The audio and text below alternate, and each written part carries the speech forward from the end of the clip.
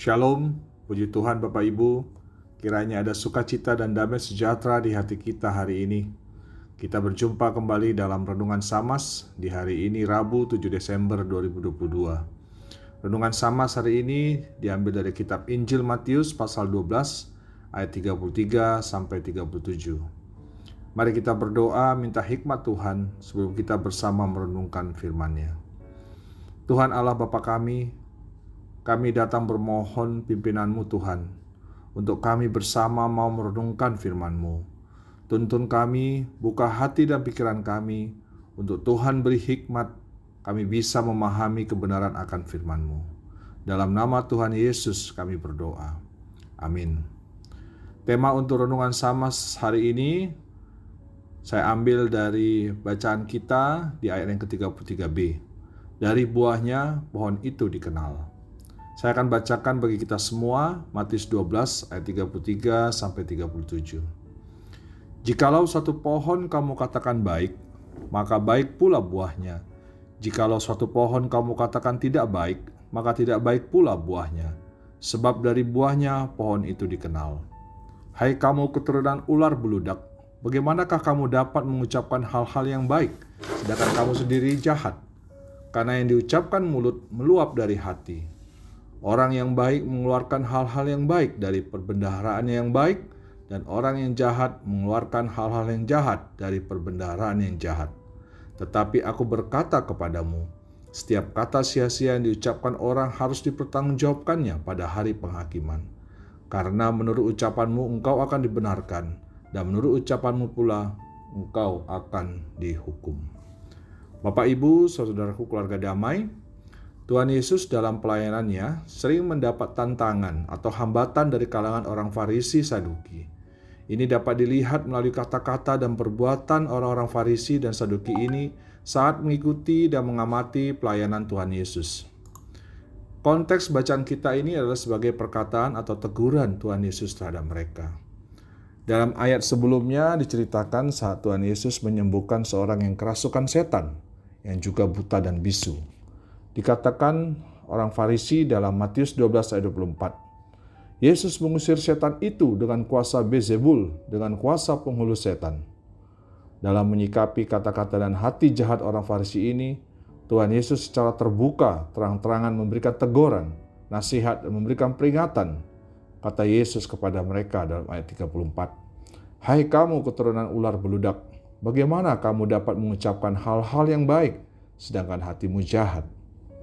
Tuhan Yesus mengatakan hati dan perbuatan orang Farisi ini sama seperti ular beludak yang berbisa, pandai menipu dan berdusta demi menjaga kedudukan mereka tetap aman sebagai pemimpin agama Israel.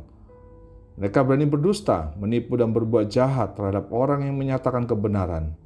Kecaman Yesus ini sangatlah keras bagi orang-orang Farisi, orang-orang agamawi yang hafal kitab suci dan mempelajarinya dengan penuh ketekunan, namun menghasilkan buah kesombongan dan keangkuhan, dan pada akhirnya memperlihatkan kebencian. Mereka hidup dalam segala kemunafikan dan tipu jahat. Melihat kebusukan hati orang Farisi atau Saduki ini, Yesus mengatakan satu perumpamaan kepada mereka dan kepada orang banyak dalam ayat yang ke-33.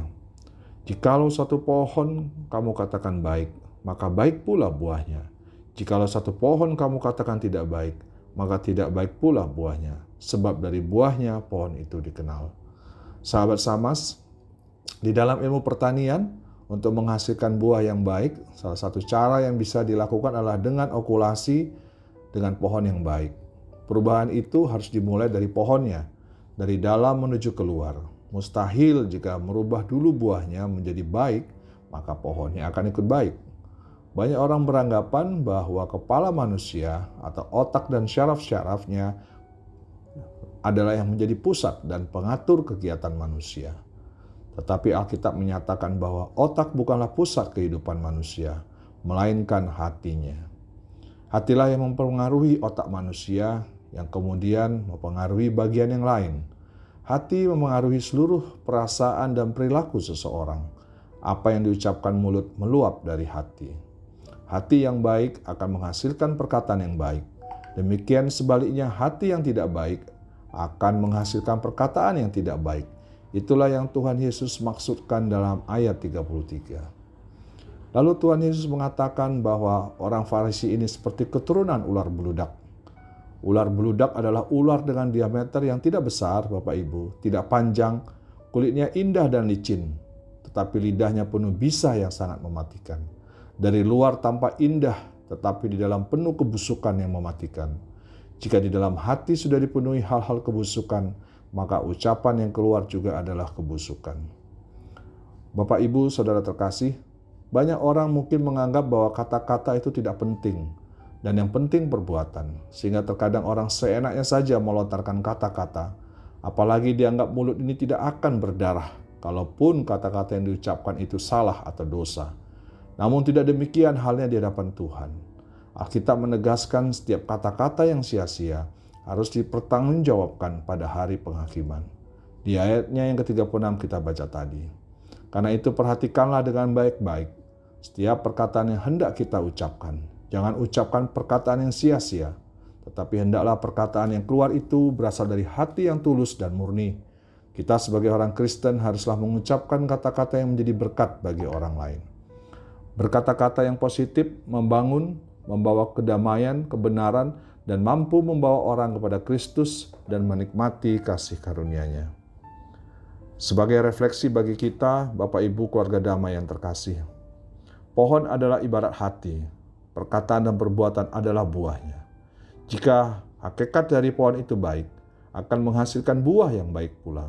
Bila Roh Allah berkuasa di dalam hati seseorang, maka bahasa yang dipakainya adalah bahasa yang baik. Sebaliknya, bila roh jahat memerintah di dalam hati, maka hal jahat juga yang akan tersampaikan. Merubah buah yang rusak menjadi baik harus dimulai dari pohonnya. Mustahil dengan merubah buahnya, maka pohonnya akan berubah. Perubahan itu haruslah dimulai dari dalam, barulah menuju keluar. Kita bisa membuat pohon yang kurang baik menjadi baik dengan melakukan okulasi dari pohon yang baik kepada yang kurang baik, dan buahnya akan menjadi buah yang baik.